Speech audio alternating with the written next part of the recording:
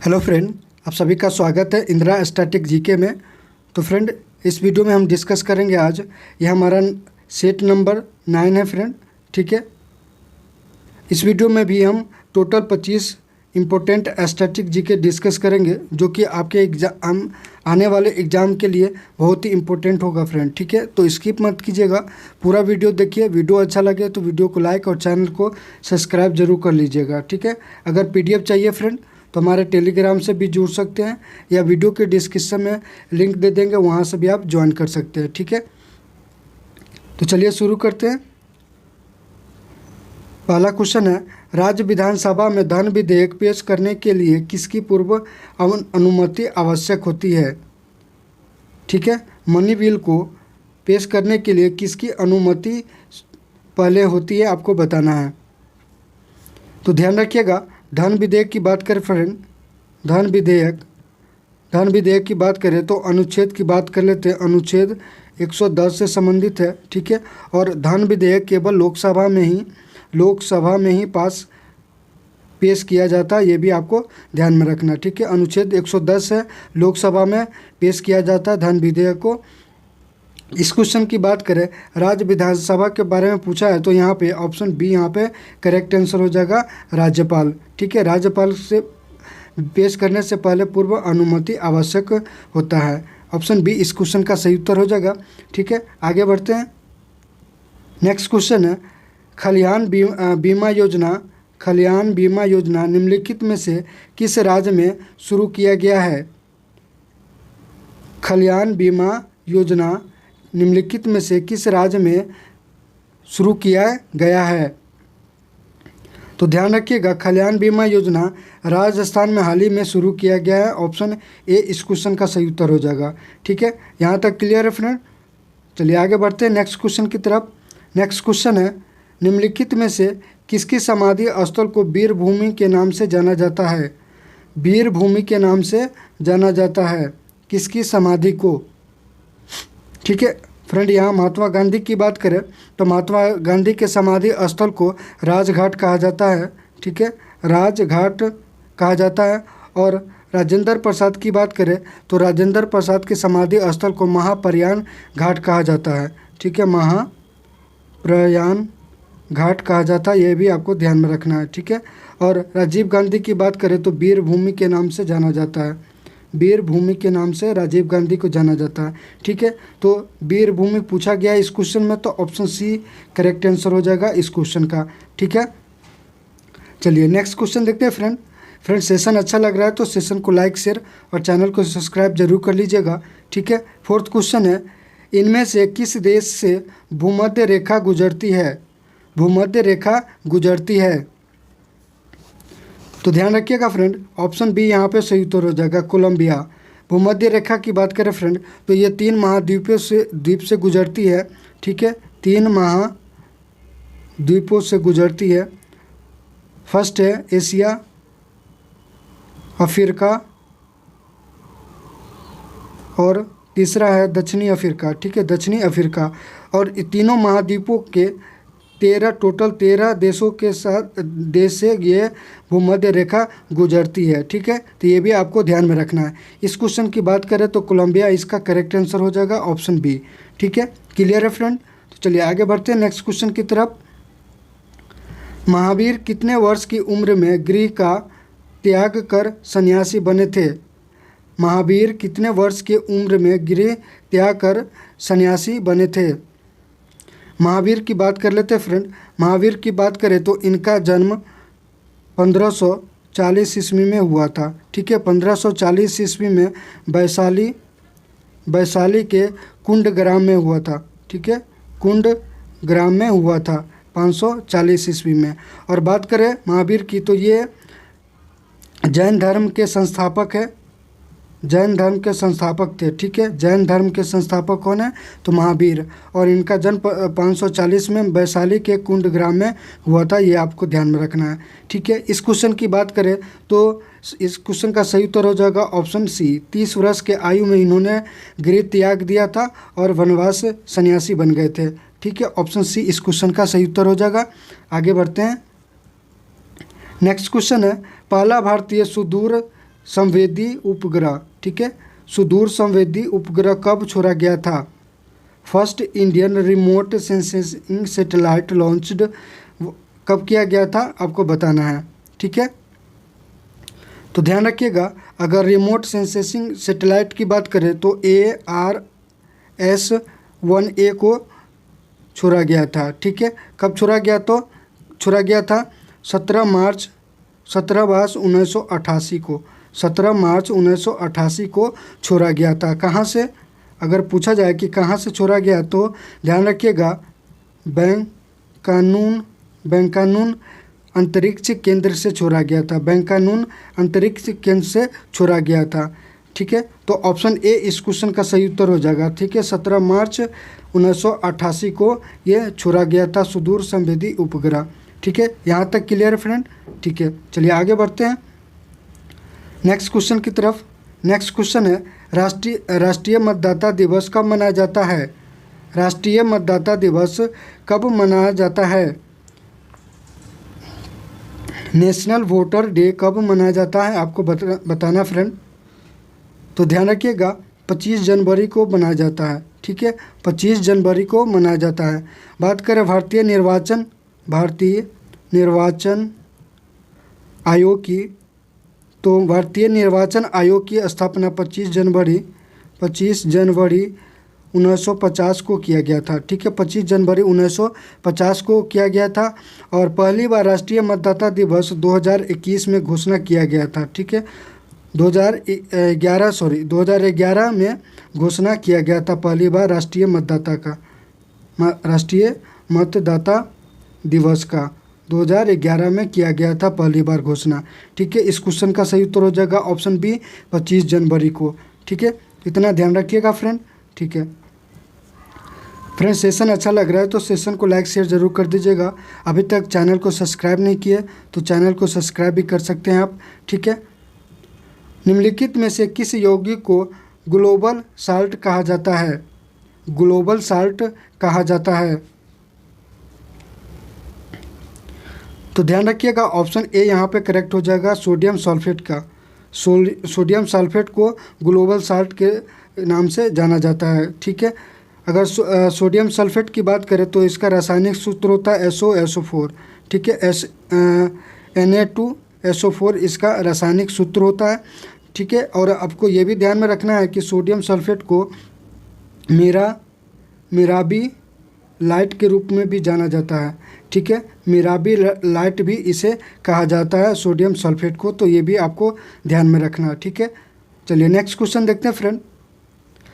गाजी की उपाधि धारण करने वाला दिल्ली सल्तनत का पहला शासक कौन था? ठीक है, गाजी की बात करें, गाजी का उपाधि धारण करने वाला दिल्ली सल्तनत का पहला शासक कौन था? ठीक है, तो यहाँ पे सही उत्तर हो जाएगा ऑप्शन सी, गयासुद्दीन तुगलक। ठीक है, गयासुद्दीन तुगलक यहाँ पे करेक्ट आंसर हो जाएगा। ठीक है, अगर गयासुद्दीन तुगलक की बात करें तो ये तुगलक वंश के संस्थापक थे, ये भी आपको ध्यान में रखना है। ठीक है, संस्थापक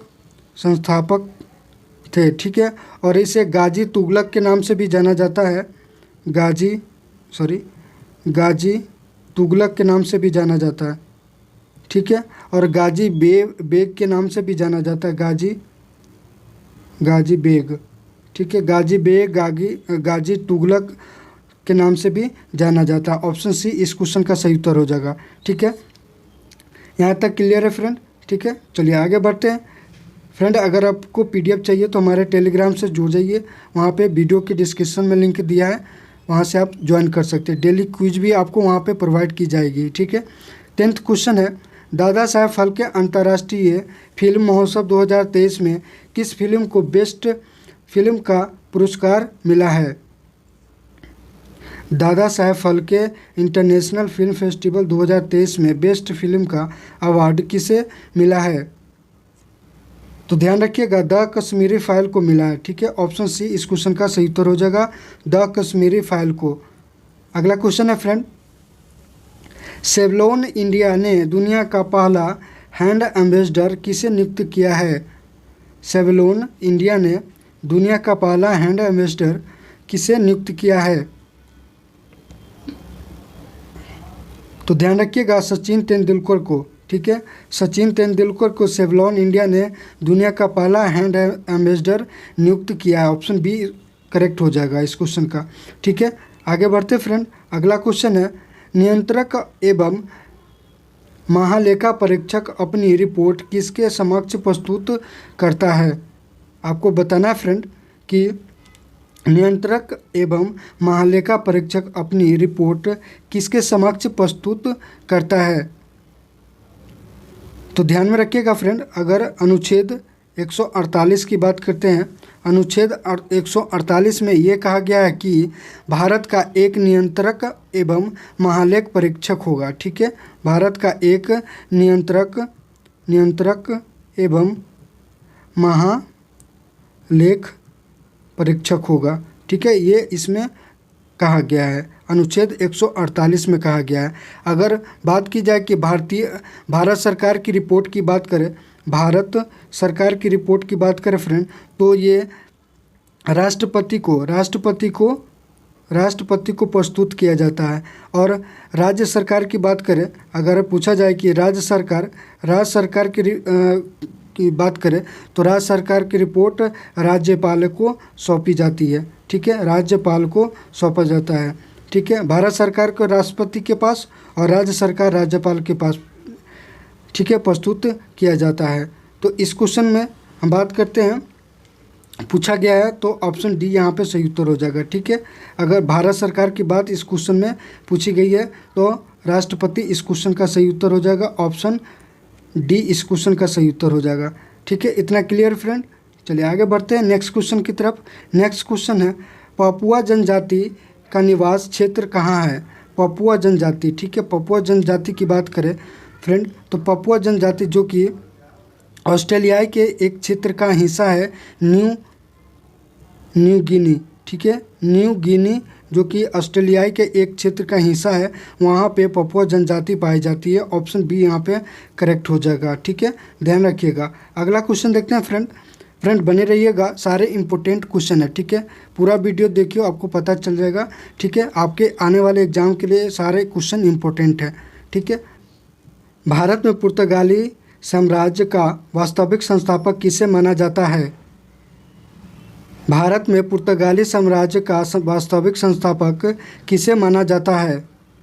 तो ध्यान रखिएगा ऑप्शन ए यहाँ पे सही उत्तर हो जाएगा, अबू कर्क, ठीक है। इसकी बात किया जाए तो 1509 में पुर्तगाल के दूसरे गवर्नर जिन्होंने भारत आया था, ठीक है, भारत में आया था दूसरा गवर्नर, ठीक है। और 1510 की बात करें फ्रेंड, 1510 में इन्होंने कोचीन को अपना मुख्यालय बनाया था, ठीक है, कोचीन को अपना मुख्यालय बनाया था। और बीजापुर से, ध्यान रखिएगा इम्पोर्टेंट है, बीजापुर से इन्होंने बीजापुर के शासक से इन्होंने गोवा को छीना था, ठीक है, बीजापुर के शासक से इन्होंने गोवा को छीना था, ये आपको ध्यान में रखना है, ठीक है। अल्मिंडा की बात करें फ्रेंड, ऑप्शन बी की बात करें तो 1505 में इन्होंने सर्वप्रथम गवर्नर बनकर भारत में आया था पुर्तगाल के, ठीक है, 1505 में आया था। और नीनो डी कुन्हा की बात करें फ्रेंड, नीनो डू कुन्हा की बात करें तो इन्होंने 1530 में भारत आए थे गवर्नर बनकर और गोवा को अपना राजधानी बनाया था, ठीक है, गोवा को अपना राजधानी बनाया था, ठीक है। यहाँ तक क्लियर फ्रेंड, ठीक है। तो ये सारे इंपॉर्टेंट पॉइंट है, आपको ध्यान में रखना है, ठीक है। इस क्वेश्चन की बात करें तो ऑप्शन ए इस क्वेश्चन का सही उत्तर हो जाएगा, ठीक है। आगे बढ़ते फ्रेंड। नेक्स्ट क्वेश्चन है निम्नलिखित में से कौन सा विटामिन जल में घुलनशील है, ठीक है। आपसे पूछा गया है कि जल में घुलनशील कौन से विटामिन है निम्नलिखित में से, ठीक है। तो ध्यान रखिएगा जल में घुलनशील विटामिन 2 है, ठीक है, बी और सी। ध्यान रखिएगा बी और सी जल में घुलनशील है, बाकी जो विटामिन है वो अघुलनशील है विटामिन में जल में, ठीक है। ऐसे केडा करके भी आप याद कर रख सकते हैं, विटामिन KEDA जो कि अघुलनशील है, ठीक है, BC घुलनशील है। तो यहाँ पे ऑप्शन बी यहाँ पे करेक्ट आंसर हो जाएगा, ऑप्शन बी, ठीक है। नेक्स्ट क्वेश्चन है हाल ही में किसे ICC विश्व कप 2023 के ब्रांड एम्बेसडर बनाया गया है। Recently appointed as the brand ambassador of ICC World Cup 2023। ठीक है, आईसीसी विश्व कप 2023 के ब्रांड एम्बेसडर हाल ही में शाहरुख खान को बनाया गया है। आपको ध्यान में रखना, और इम्पोर्टेंट भी है फ्रेंड। ठीक है, काफ़ी इम्पोर्टेंट। ठीक है, आपको ध्यान में रखना, शाहरुख खान को बनाया गया है। अगला क्वेश्चन है, कंप्यूटर के क्षेत्र में HLL का अर्थ क्या है? ठीक है, आपको बताना फ्रेंड कि HLL का फुल फॉर्म क्या है। तो ध्यान में रखिएगा, यहाँ पे हो जाएगा हाई लेवल लैंग्वेज। ठीक है, हाई लेवल लैंग्वेज यहाँ पे इसका फुल फॉर्म हो जाएगा, जो कि ऑप्शन बी यहाँ पे करेक्ट हो जाएगा। ठीक है, ध्यान रखिएगा। आगे बढ़ते फ्रेंड नेक्स्ट क्वेश्चन की तरफ।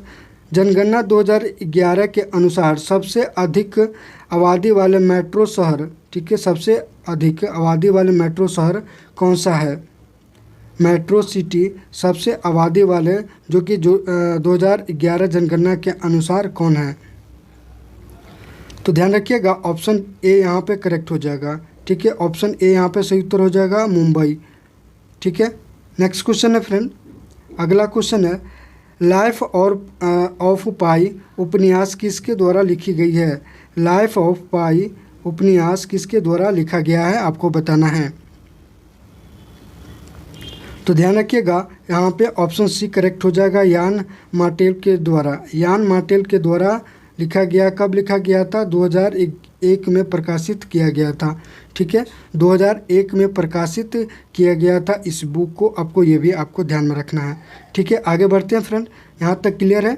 ठीक है, सेशन अच्छा लग रहा है फ्रेंड तो सेशन को लाइक शेयर और चैनल को सब्सक्राइब जरूर कर लीजिएगा। ठीक है, चलिए नेक्स्ट क्वेश्चन है, जिन प्रदेश में कृषि केवल सब्जियां पैदा करता है वहाँ इसको डैश के नाम से जाना जाता है। ठीक है, जिन प्रदेश में कृषि केवल सब्जी पैदा करता है वहाँ इसको डैश के नाम से जाना जाता है। ट्रक कृषि कहा जाता है इसको। ठीक है, ऑप्शन सी यहाँ पे सही उत्तर हो जाएगा, ट्रक कृषि कहा जाता है। ठीक है, आगे बढ़ते हैं। अगला प्रश्न है, जनवरी 2022 में एस सोमनाथन को डैश के अध्यक्ष के रूप में नियुक्त किया गया है।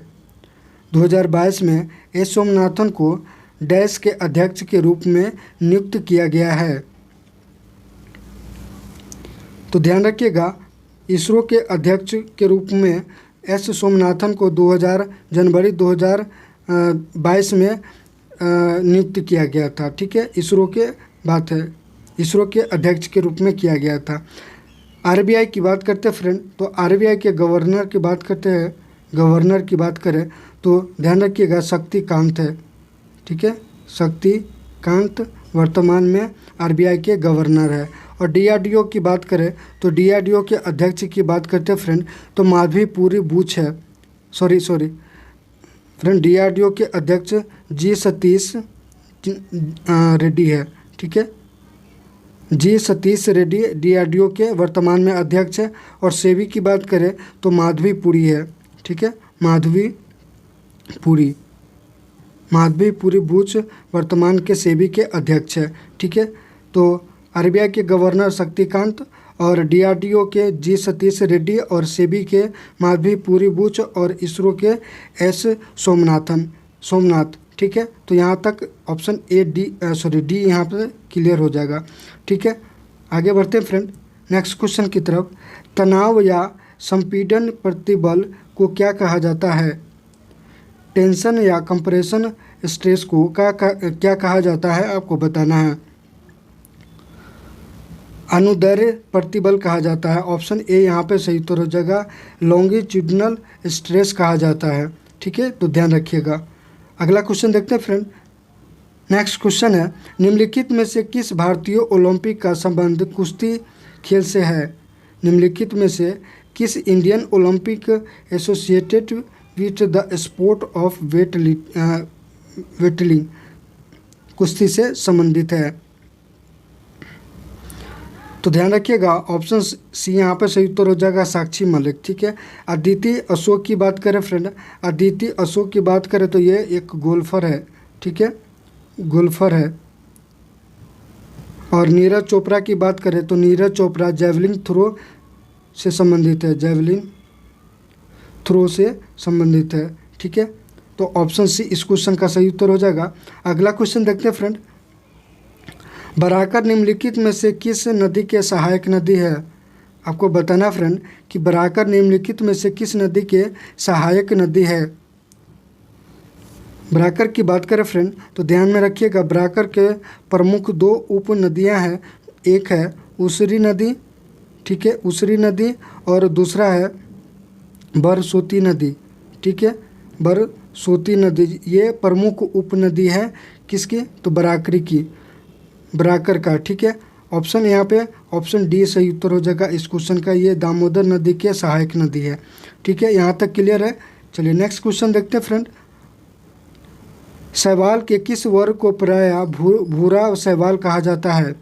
शैवाल के किस वर्ग को प्रायः भूरा शैवाल कहा जाता है? ऑप्शन सी यहाँ पे सही उत्तर हो जाएगा, फियोफाइसी। ठीक है, फियोफाइसी, ऑप्शन सी इस क्वेश्चन का सही उत्तर हो जाएगा। ठीक है, तो फ्रेंड इस वीडियो में इतना ही। वीडियो कैसा लगा? वीडियो अच्छा लगा है तो सेशन को लाइक शेयर और चैनल को सब्सक्राइब जरूर कर लीजिएगा। ठीक है,